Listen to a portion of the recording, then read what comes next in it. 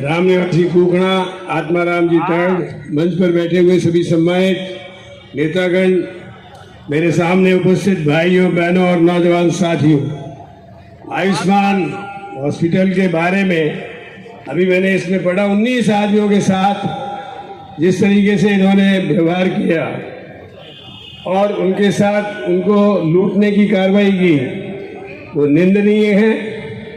और इसके कारण भाई रामनिवास कुकड़ा अपने साथियों के साथ कई दिनों से यहाँ जूझ रहा है। अपने लिए कोई नहीं जूझ रहा है। इसका उद्देश्य क्या है कि पीड़ित पक्ष को न्याय मिले। मैं सबसे पहले तो ये कहना चाहता हूँ, सरकार को चाहिए कि ऐसी हॉस्पिटल्स जो मरीजों को लूटती है, उनका शोषण करती है, एक्सप्लॉयटेशन करती है, उनके लिए जैसे दुकानदार को प्राइस लिस्ट जैसे लगते हैं वैसे के वैसे ये आवश्यक रूप से निर्देश देने चाहिए कि किस किस टेस्ट के कितने कितने रुपए लगेंगे, स्टेंट लगाने का क्या खर्चा होगा और आईसीयू का क्या खर्चा होगा।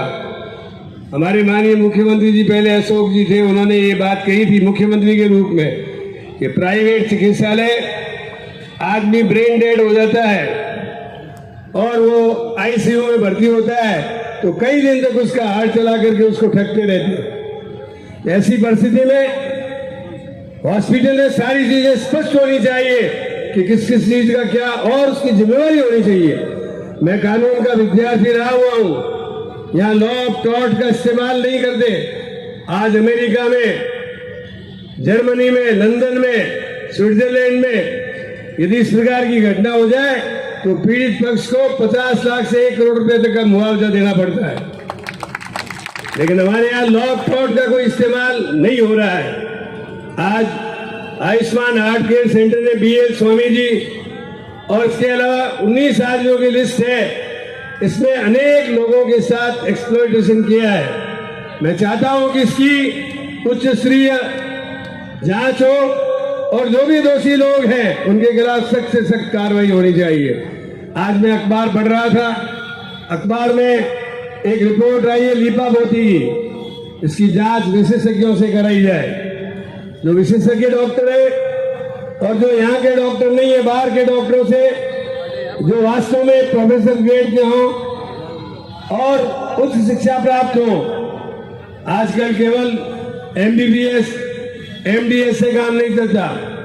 जो लोग PG डिप्लोमा कोर्स किए हुए विशेषज्ञ लोग हैं, उन लोगों को इस कमेटी में रखकर और दूध का दूध और पानी की पानी होना चाहिए, सही जांच होनी चाहिए, तब जाकर स्वामी जी के परिवार को और 19 पीड़ित परिवारों को न्याय मिलेगा।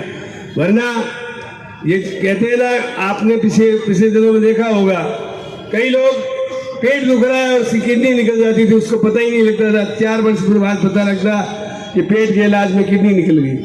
वैसे ही ये मान लो किसी को स्टेंट लगने की जरूरत नहीं थी, मैंने इसमें पढ़ा है, उसकी स्टेंट लगा दिया। बीमारी हार्ट की नहीं है, हार्ट का इलाज कर दिया। ये क्या मतलब है? ऐसा करना पाप है और ऐसा करना जुर्म है। इसलिए ऐसे लोगों को, जो लोग सही ढंग से मरीजों का इलाज नहीं करते हैं, ठगते हैं, एक्सप्लॉइट करते हैं, उनके खिलाफ सख्त से सख्त कार्रवाई होनी चाहिए। मुझे कल शिवचंद जी माथुर साहब की मूर्ति का अनावरण और उनकी पत्नी की मूर्ति का अनावरण होने जा रहा है। भीलवाड़ा आज शाम तक पहुंचना है, तो मैं आप सब लोगों से माफी चाहता हूं। मैंने राम निवास जी से कहा था कि मैं जरूर आऊंगा और इस संघर्ष में आपका पूरा साथ दूंगा। इसलिए आप सब लोगों से मेरी दरख्वास्त